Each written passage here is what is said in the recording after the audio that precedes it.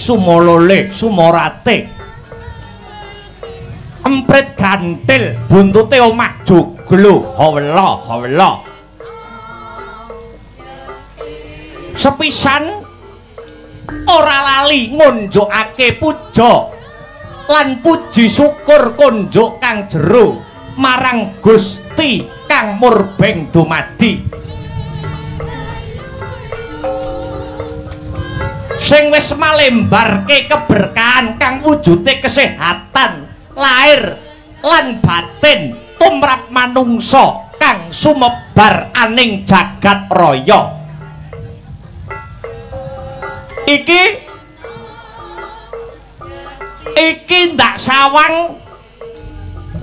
iki ndak sawang ora pangling muridku sing dak tresnani si Bima Sena ya Sang Bratasena kok katon sumengka pengawak Bajra kang mawa gita kang amengku gati ana apa Nger Bratasena Durna guruku piye Bratasena tekaku ngadhep marang panjenenganmu ya kuwi saka krenteking atine Bratasena kang kepingin tambah kepinteran ngangsu kawruh gegulang ilmu lho osek to apa isih kurang anggonipun Bapa maringi ilmu marang kowe kula Bratasena anggonmu ngangsu kawruh mapan ana ing paguron Sukalima kene sok glogok banyu ngedon paribasane anggone Pendhita Durna menehi ilmu menyang kowe apa isih kurang Nger bocah sigit Bratasena Bratasena ora bakal lali ning Bapa Durna apa lali panjenenganmu nate ngendika mbok menawa wong golek ilmu kuwi ora ana watese gawe rasuling Gusti kang pungkasan ngandharake wong golek ilmu kuwi saka lair nganti tumekaning pati wiwit jabang nganti cerapang kula aja ngendhoni tekadku Bapa Durna Yah yen pancen kaya mangkono apa ilmu kang kok kepinginake Nger Wejasena kaya sing mbok janjekke marang Bratasena tri ari kawuri utawa 3 dina kepungkur ya kuwi kawruh sangkan paraning dumadi utawa ilmu kasampurnaning urip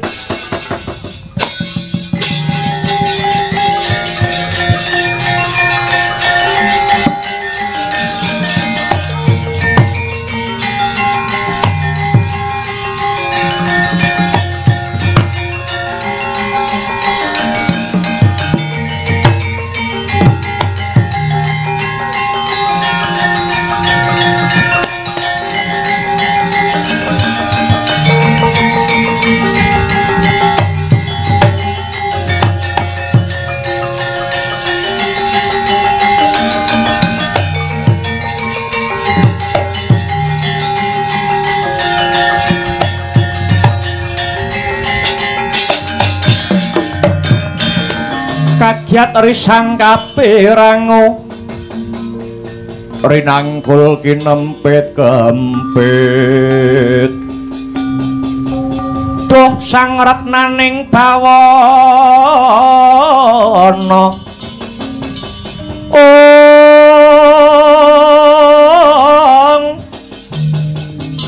ya si tukang walang ati ya si tukang kena sing tias ya si tukang kudu garing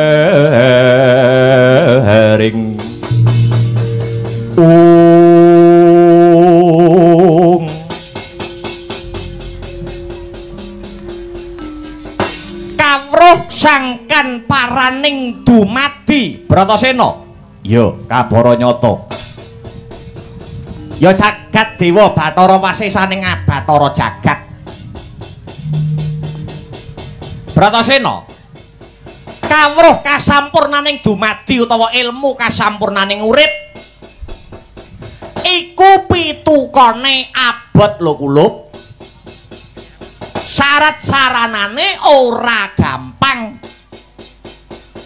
ora mung bondo ning sisip sembire luput katuranggane nyawamu uga dadi korban kulup Bratasena ora peduli wis kadung madhep Kang Sarta mantep rasane Bratasena ya yen pancen tekadmu wis kenceng syarat saranane kanggo ngentuke sangkan paraning dumadi utawa ilmu kasampurnaning urip kuwi cacahe ana loro Bratasena ana loro ya yen pancen syarate ana loro coba werdarna apa syarat saranane Bapa jlentrehna marang muridmu aku mangkene sepisan kowe kudu bisa goleki kayu sing jenenge kayu gong susuwe ngangin lah dene mapane kayu gong susuwe ngangin kuwi mapane ana ing alas trik Basara utawa lengkehing gunung Candramuka kuwi syarat angka 1 syarat kang angka 2 lah sabanjure pitukane kang angka 2 sira Bratasena kudu bisa mujuti banyu ya kuwi kang winastan banyu suci Pawitrasari tirta mahening suci mapane ana ing samudra kidul ya kuwi samudra Minangkalbu piye kowe saguh apa ora Bratasena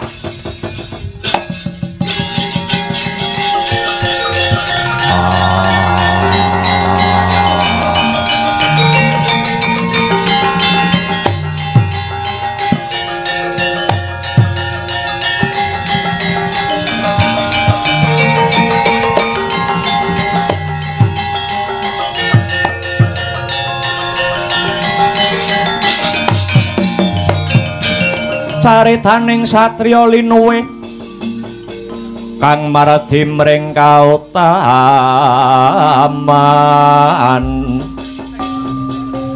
tan pegat mring pangestine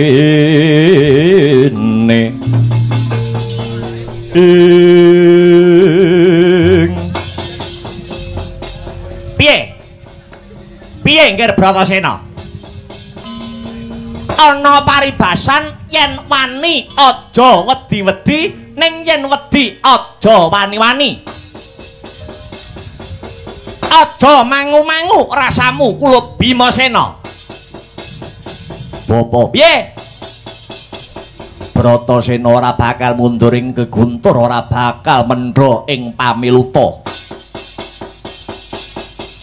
Bratasena saguh mujuti kuwi kabeh Bratasena piye bagus ker tegese kabeh mau tekadmu wis golong gilik niat lan tekad Bratasena kang wis madhep lan mantep Ya mung pangestune Durna guruku kang ndak suwun. Muga-muga sembada kang sinedya rahayu kang tinemu. Pangestuku gumrojok kaya banyu seduda. Anyarengi lintang kang alihan. Muga-muga kasembatan apa kang dadi gegayuhanmu, Ngger. Bocah Jentara Bratasena.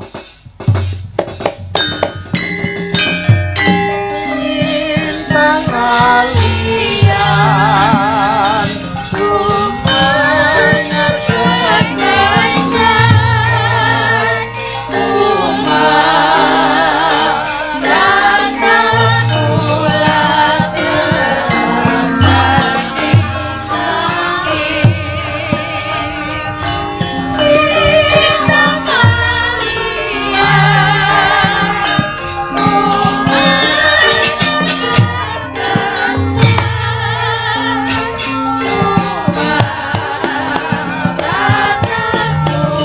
rezeki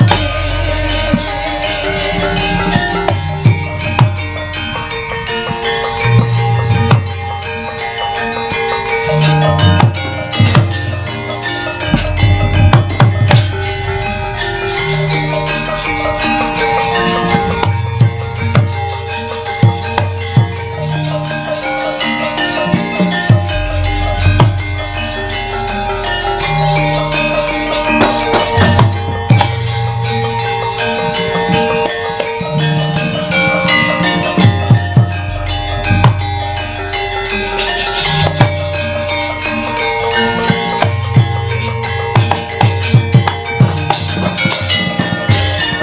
Rekata Dyan Bratasena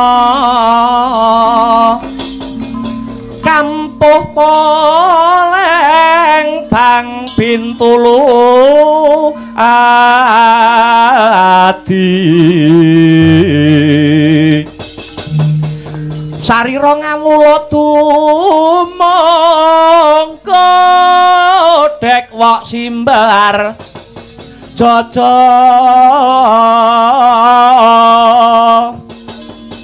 yen ngandika gumaleker kaya guntur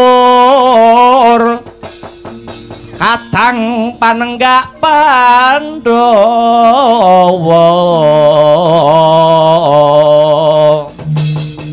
mawa sindung yen maris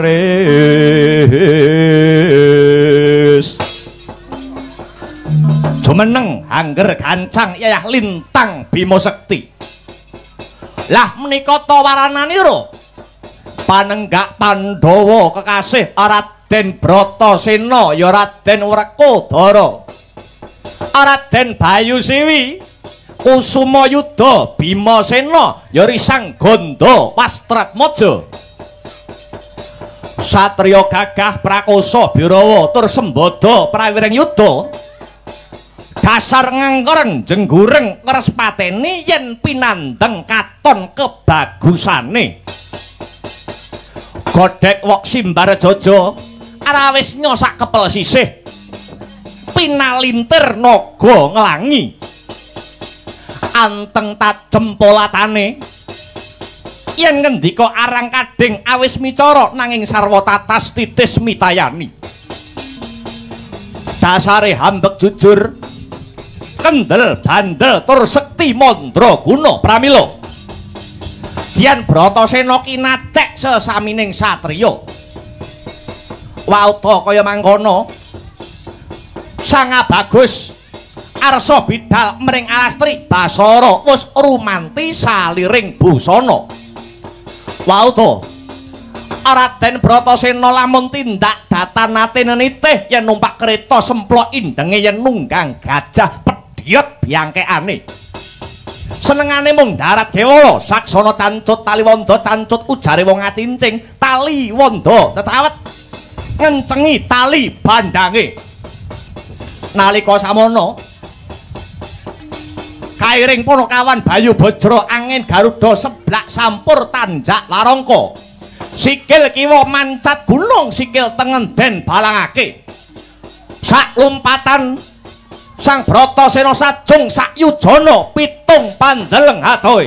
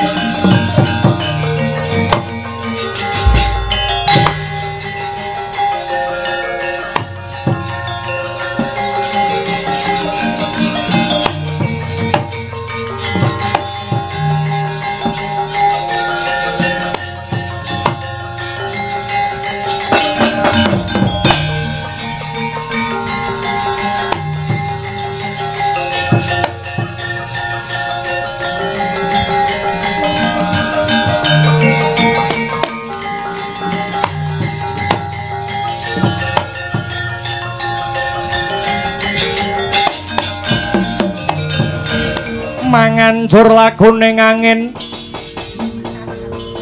gugur agraning harga guruh gurnita kagiri-giri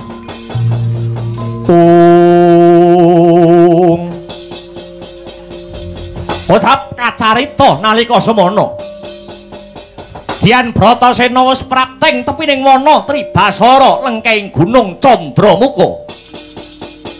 Sigra mlintir gumbala angunjal huswa hambekos kadya teksaka nembur wisa.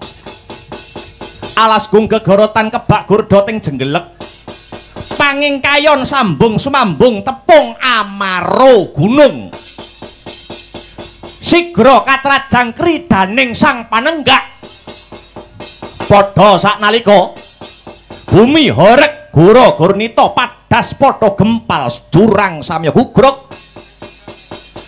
wit ingkang gedhe rebah gabarubuh kang jero tancepe padha pukah ingkang cethek ruk rungkat kadot sak oyot-oyote nalika samana watu gilang kinarya onclang gugur agraning arga gumaruduk sabawane nganti kaya gerah ing mangsa labuh buron wana ambyar sar-saran gajah banteng singa barong warsuh kelawan kidang menjangan dalah iber-iberan otot kenceng ngarenceng wadana hambrabak netra ngandhek angat irah hanggeget waja Dian Bratasena upadi daya pundi dununging kayugung susuing angin Pauto alastrik basara kinarya bat-batan Raden Bratasena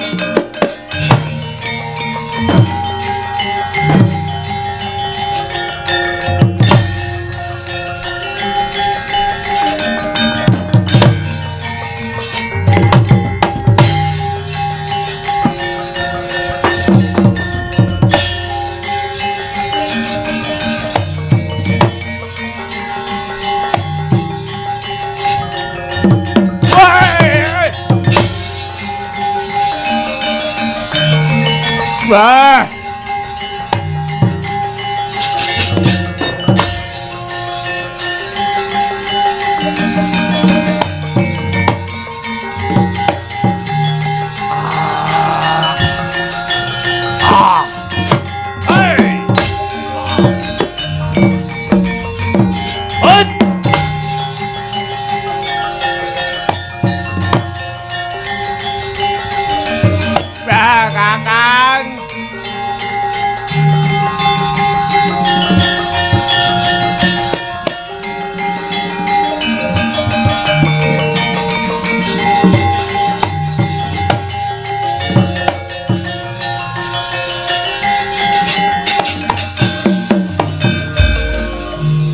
Rumah Wayun Sang Yaksendragara rupa mangeses kadyangen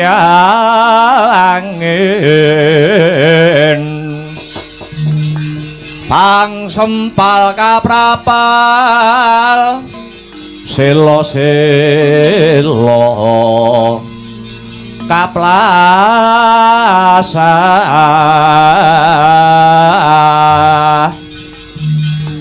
satulung mayu mangungsi kagiat kagodha kang jaga bumi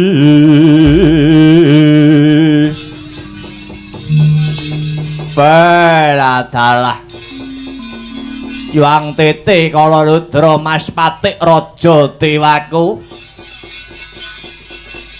yen ora sisih panduluku iki adiku sing tak dama-dama adiku sing tak tresnani kaya Yayi Rukmakala iya Kakang Rukmuka mlayu-mlayu daleweran sing dadi keringetmu ana parigawe apa Yayi Rukmakala Kakang Rukmuka piye Yayi wah gawat Kakang Alastrik Basara kang mapan ning lengkeng Gunung Candramuka ketekan bebaya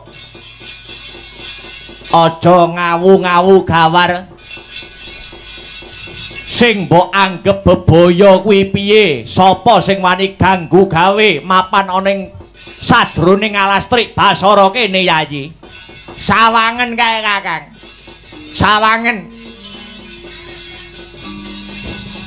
ana sajroning Alastrik Basara ana manungsa bondo wani bondo nekat wong gedhe dhuwur otote pating grantong paning ngobrak-ngobrak alas. Kayu cilik, kayu gede dirungkati kabeh ora pilih-pilih. Kamangka Kakang yo ngerti dhewe yen to aku lan Kakang Rukmuka dina iki lagi keluwen. Wong kene wae lagi nandang susah lah kok wong kae bocah kae murang tata. Wani ngobrak-ngabrik alas kene wani nambah susah rasane atine awake dhewe. Yayi, piye Kang? Banjur kekasih satriya kang mlebu rene mau sapa? Aku ya durung wano. Nitik saka busanane katone ya satriya. Lah yen satriya tek ora duweni tata krama, satriya tek ora duweni yuda negara. Wis mbuh Kang aku judhek pikiranku. Aku wis ana seminggu durung mangan, aku luwe Kang, aku luwe. Aku lapar Kang, lapar. Aku lagi mangan mau wae lawe nggur tewel. Lawi yo mangan tewel ngono kok. Aku karo mangan soto gobias. Kok soto gobias ki piye? Gobias lek golek iwake ning ndi ngono lho. Aja ngawur kowe. Ayo gek dipapak bocah mau kaya ngopo apa wujudane?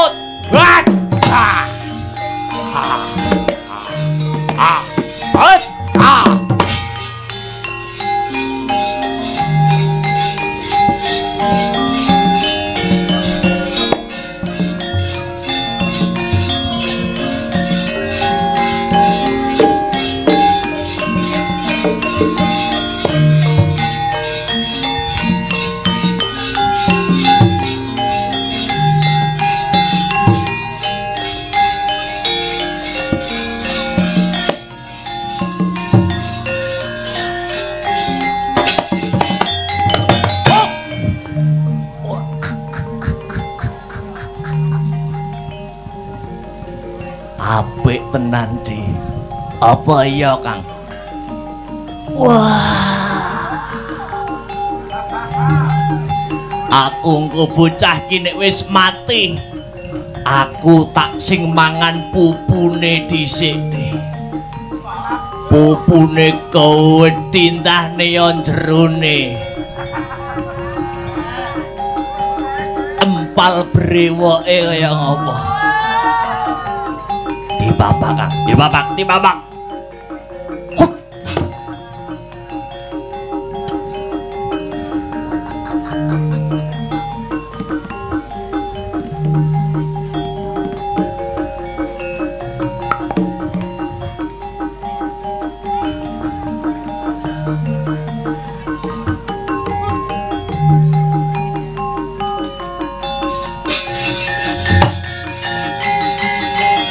Hey!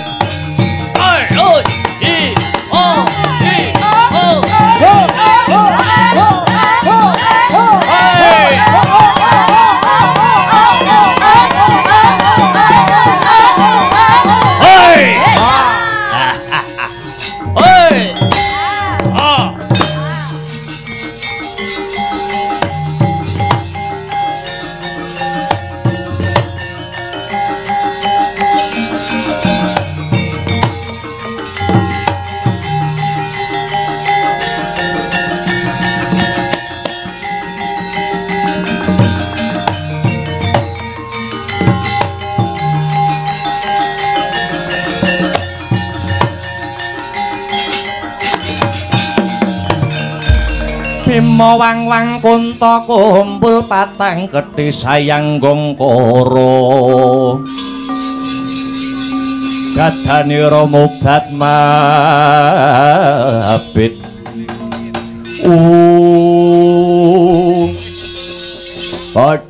Bojleng iblis laknat padha cek-cekan Kece wali kece sadat setan wali kobra Yayi adikku Yayi Rukmakala ana dawuhmu apa Kakang Pranyata dewa isih adil karo awake dhewe Yayi Kok Kakang Rukmuka isa kandha kaya mangkono nganggo dasar apa nganggo wewaton apa Kang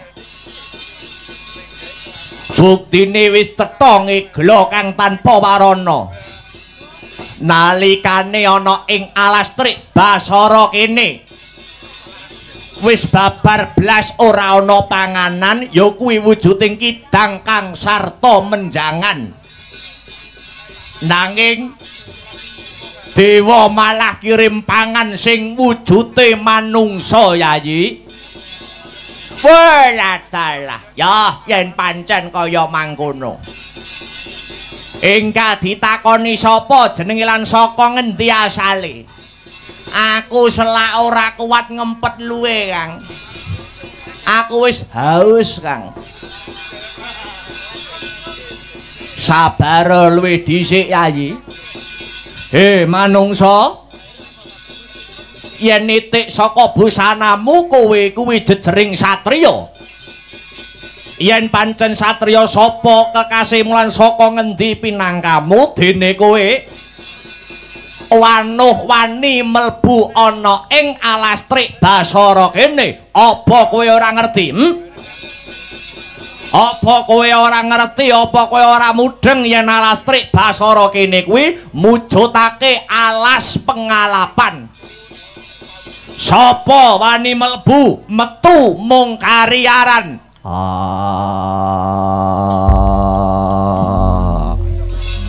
Etian. Suarane gumaleger nganti kaya gempa bumi iki. Suarane wis marem endah daginge ya Kang. Mesti marake wareg.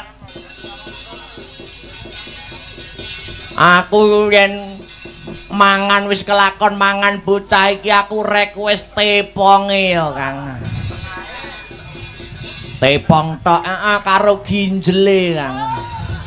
Torpedo. Pupu aja nganti keri pupu. Kowe mesti nek anggere ana sapi utawa pitik kok mesti sing mbok pilih pupune menungsa ki ya pupune. Wis dadi pakulinanku Kang. Pakulinan piye? Aku ki nek arep nyerang wong ki sing tak candak mesti pupune dhisik ngono. Wong edian malah kan ngendi-ngendi ki. Satriya Jodipati Bratasena kang dadi kekasihku. Bratasena ya Bimasena edian-edianan. Bali takon. Iki ana yaksa loro sak kembaran. Sapa sing dadi jenengmu Buta? Sapa nggih? Aku Kang Baureksa alas iki jenengku Ditya Kala Rukmuka dene iki adikku. Aku Rukmakala. Lah banjur kowe Bratasena nganti kedarang-darang tekan papan kene apa sing kok goleki? Apa sing kok upadihe Bima? Aku mung mituhu dawe Durna guruku. Goleki wujuding kayugung susuing angin kang mapane ana ing kene. Minangka syarat sarana wedharing kawruh sangkan paraning dumadi. Kang jarene papane ana sajroning alas trik Basara kene. Mula yen pancen bener kowe sing Baureksa papan iki, mara gage tuduhna. tuduhno ngendi sing jenenge Kayugung susuhe angin. Weh, latialah. Uncung nganti gelung aku lagi weruh kandhamu iki. Kowe aja kumbi. Dawe guruku mapane ana ing kene. Wah, ladalah. Iya, lali aku. Kowe goleki apa mau? Kayugung susune sapa? Susuh blok. Kok sau-sau. Susuhe angin mapane ana ing wadukku. Carane njupuk piye? Carane njupuk gampang. Carane njupuk metu tutukku, mlebu wetengku, ateges kowe tak pangan. Yo, tinemune jebul kowe arep ngarah mangan marang Bratasena, ngarah mangan marang Bimasena. Karepmu kowe ngono arep mangan aku, yo ngono apa ora? Yen kowe arep mangan aku, mangano ning kewan cacing kae wae yen kepidak mesti molet apa meneh jalma manungsa. Panganen Bratasena. Yen pancen kepengin tak bobok wetengmu kowe. Iya. Tek malah kereng kene to, Kang. Piye? Kowe bangga, ya aku bangga. Bagus lena pangendamu kelakon tak geget siung pengapit bialiaran kowe. Ganjur ilang nyawamu kowe.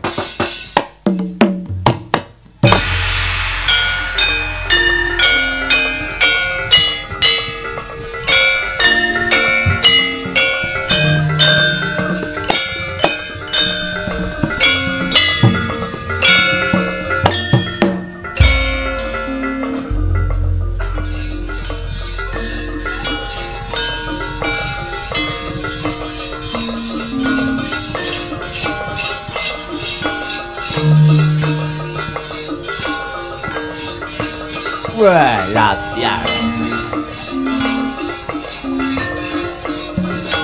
Hei!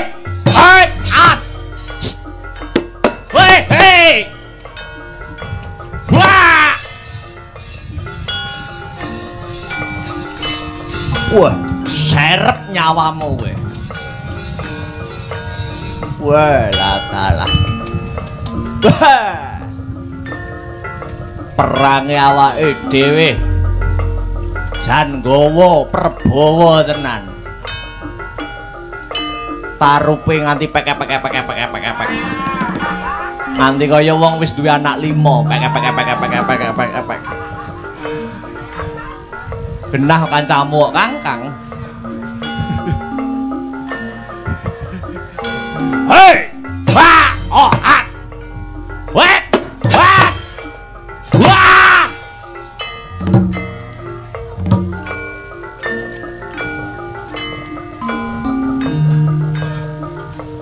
Hei! Hai! Us! Waduh! Weh! Mati nek matane lho. Sorry. Wong bola dhewe ya. Senengane menusuk dari belakang kamu.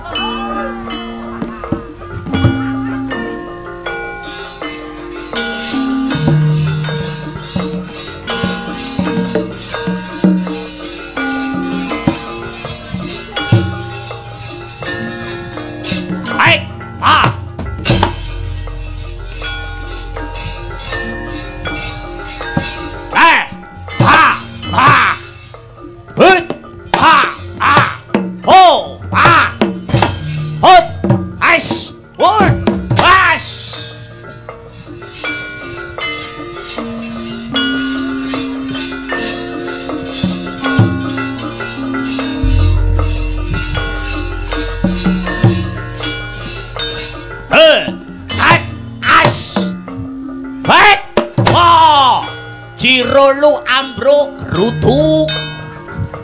Hek, ais. Oi. Mutiar kowe. Hek. Ha. Hek, motar. Wes. Umbulke. Hi. Ha. Huat. Hei. Tendangan tanpa bayangan Jet Li.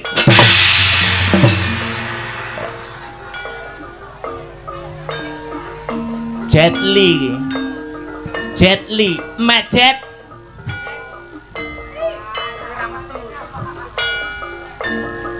Aja nggo jurus Jet Li we, Kang. Enek sing dalang perang ngono terus.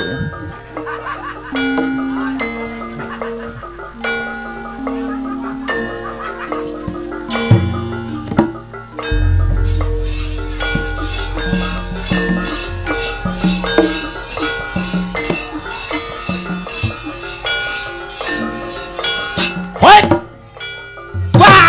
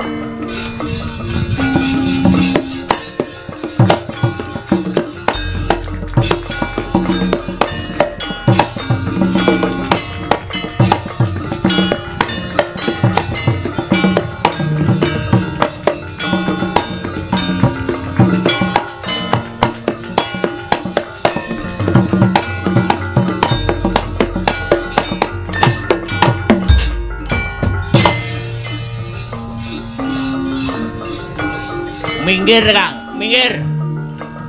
Adine sing maju.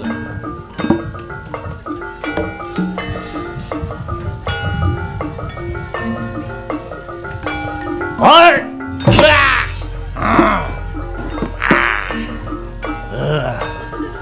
Mutiar kowe. Hot. Ha. Hoi, hoi. Hei!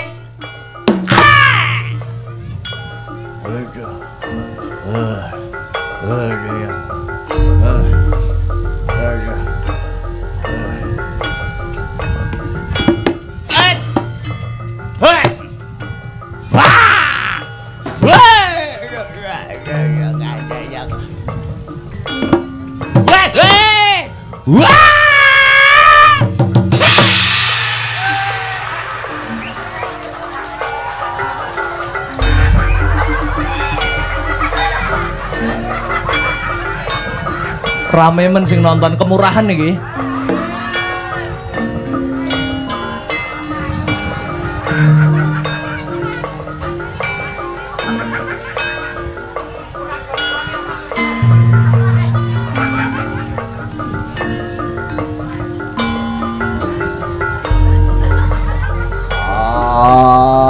Pak Lurah kula rokoke dereng, Pak.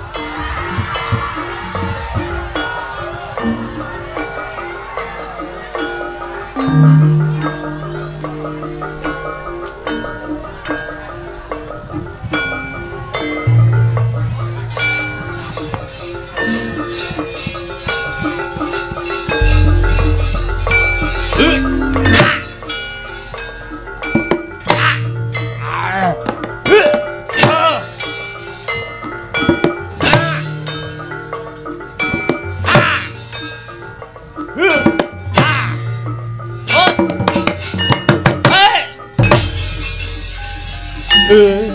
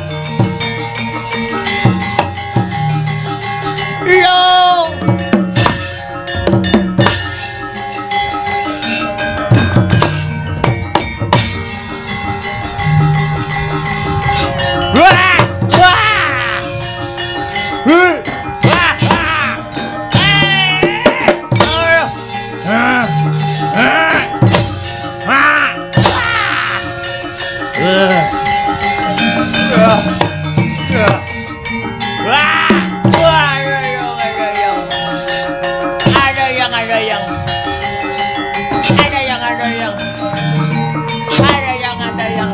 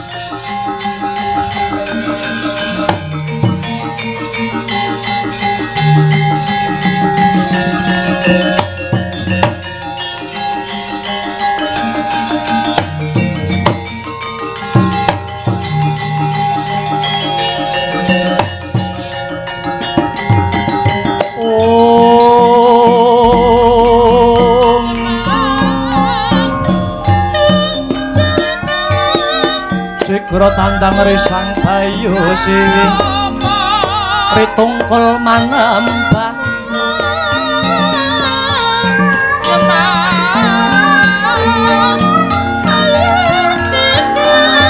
anglir boyo kuntap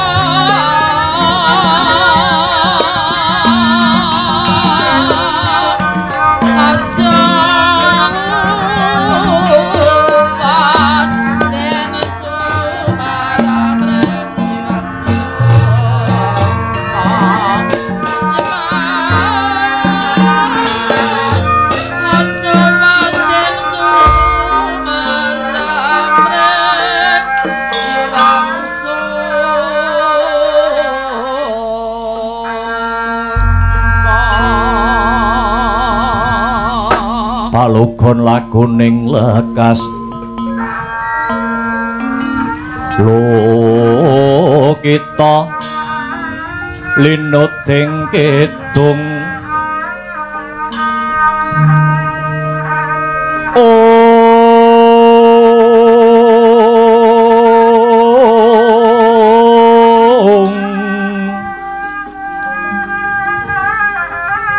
kadung kadereng amor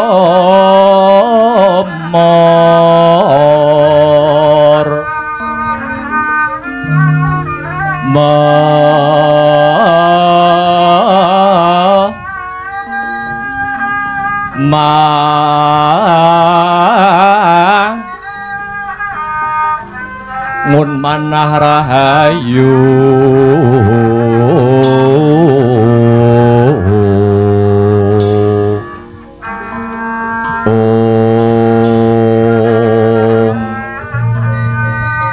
hayu ana tan agolong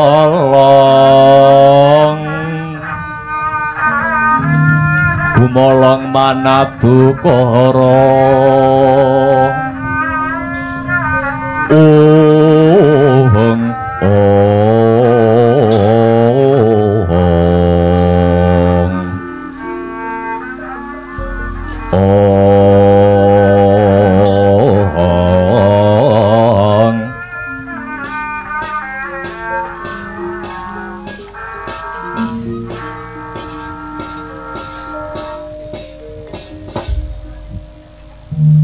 hong ilahing sekaring bawana langgeng Bratasena ilang sipating raseksa jebule Bathara Indra lan Bathara Bayu Dewaku basaku katoro ya ngger Bratasena wis ulun tampa ora liwat pangestune ulun wae tampanana ya tak gegem dadi jejimat Bayu Dewaku sembahku katur pepadamu Iya, wis tak tampa Bratasena. Dene pangestuku wae tampanana Bayu Siwi. Tak bundi andayanana kasantosan. Usik kenang apa sababe Indra lan Bayu Dewaku memba dadi buta ngalas. Kawruhanana kulup marmane ulun sakloron memba dadi buta sak kembaran. Awit saka kena paukuman saka pukulun Bathara Guru. Satemah dadi yaksa kang mapan ana ing alastrik Basara kene. Dene kenang apa kok ulun sakloron kena paukuman ora bakal ulun jlentrehke ana kene kulup nanging sing wigati aku ngaturke panuwun kang tanpa upama marang kowe Bratasena kang wis ngluwari panandhang ulun. Iya. Kinarya tandha tarima kasih ulun marang kita, ulun bakal paring bebungah marang jeneng sira Bratasena. Nanging luwih dhisik ulun bakal luwih takon marang jeneng kita Bratasena kenang apa? Jeneng kita kraya-raya mapan ana ing alastrik Basara kene Bratasena. Indra Dewaku. Mundi dawuhe Durna guruku ya kuwi angupadi kayugung susuing angin kinarya sarat sarana wedharing kawruh sangkan paraning dumadi ya ngilmu kasampurnaning urip ya jagat dewa Bathara jagat pangestu ngara Bratasena piye sumurupa kayugung susuing angin kuwi mboya ana krana kabeh iku mung pasemon kulup merga kuwi amung pralampita lire kepiye jarwane mangkene kayu iku kayun iku tegese karep dene susu ing angin kuwi napas kang teges urip tetane mangkene ngger saben-saben wong kudu anduweni karep kang gedhe nanging aja wegah ambudidaya kulup Bratasena. Sinokarta mrih tartamtu tamtuning utama titi tetep dadi pangubaning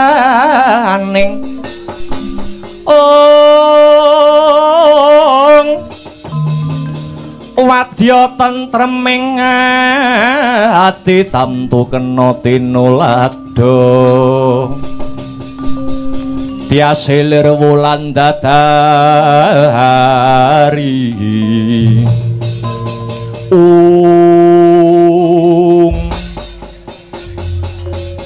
dadi jarwane kaya mangkono iku Indra Dewaku pancen kaya mangkono Bratasena piye saka gedene panuwun ulun marang jeneng kita krana kita wis kuwawa ngluwari panandhang ulun kita bakal ndak paringi bebungah wujuding piandel sesupe Dwi Indra mani ing warih kang dayane yen Bratasena ambyur jero samudra ora bakal tumekaning pati amarga sesupe Dwi Indra mau bisa menehi daya kekuatan nalikane jeneng kita mapan ana ing banyu kulup ngaturake panuwun kang tanpa maring Indra Dewaku rehne remna kang dadi paningalmu meningna ciptamu kinarya panjinging sesupe Dwi Indra mani ing warih iki sabanjure ulun bakal nyuwun pamit bablas munggah marang kayangan semono aku Bratasena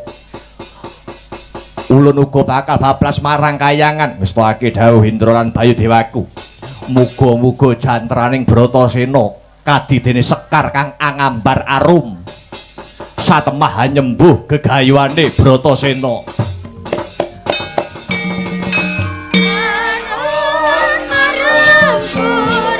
sesupe Dwi Indra mani ing warih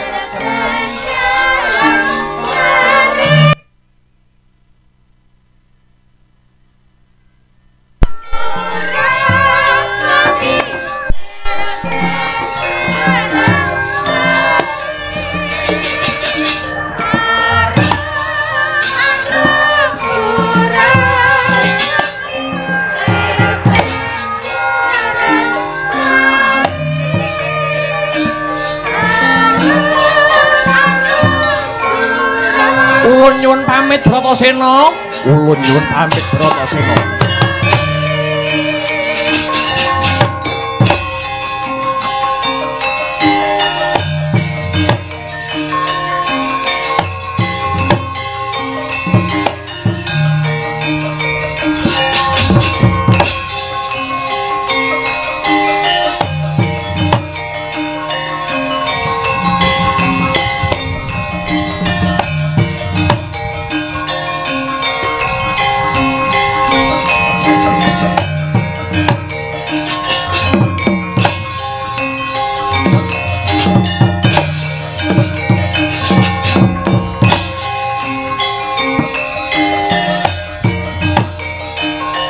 Samudra Minangkalbu.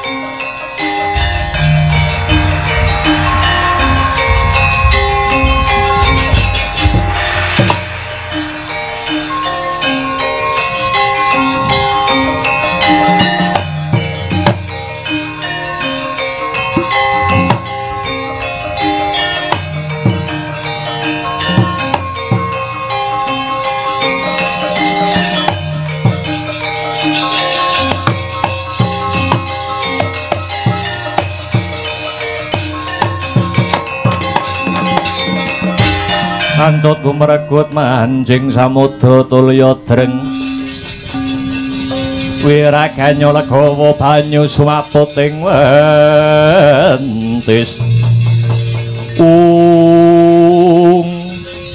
Gya hambacotake lampak risang Bratasena wauta kaya mangkono wis dumugi tepining samudra Minangkalbu dupi wis prapteng gisik sigra pinapak gedhening alun kang gulung gumulung wauta kaya mangkono Dian Bratasena nyawang jembaring samudra kang nglangut tanpa pagut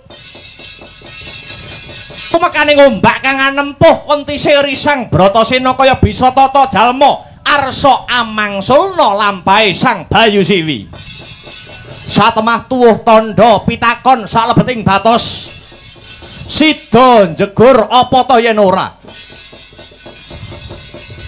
lamun sida njegur bakal pisah lawan keluarga selawase krana amung pati pacangane lamun yen to wangsul tetela banger asmane selawase urip dumadakan ana wujuding peksi gemak peksi platuk bawang lan peksi kutut kang padha lagi bantah binantah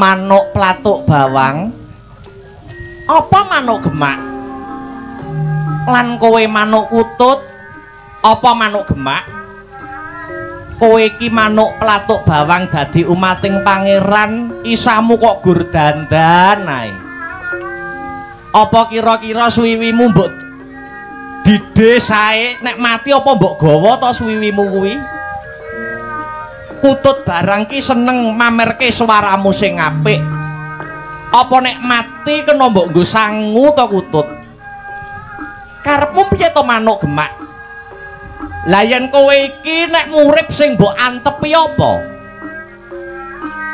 yen sing tak antepi iki ora ana liya kejaba mung janji sing wis kawedhar ing lisan kamangka lair ki utusane batin genah yen kowe besok bakal sowan ana pangeran kok ora gelem ngrungkepi dawing pangeran kamangka dawing pangeran kuwi salah sawijine yen kowe wis ngucapke tembung kuwi kudu dirungkepi ya senadyan tembungmu ki kaya-kaya arep nekake pepati nek kowe ngrungkepi tembungmu Gusti Allah banjur tukul sihe Gusti Allah yen wis tukul siye mongko panguwasane tanpa winates.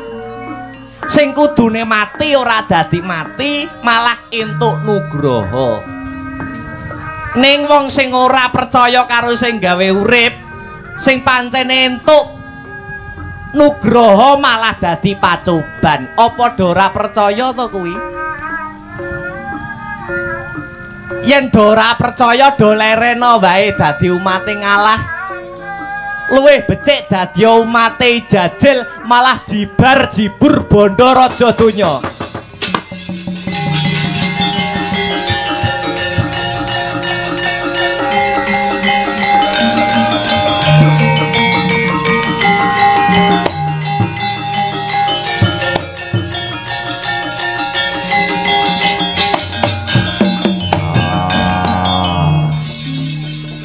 Kaya digepuk rasane Bratasena karo manuk telu sing lagi bantah.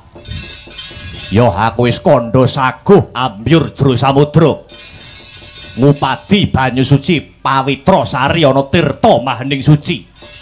Bratasena bakal ngejuk kaki sikil. Patiku tak entengake, watone aku bisa ngrungkepi tembungku.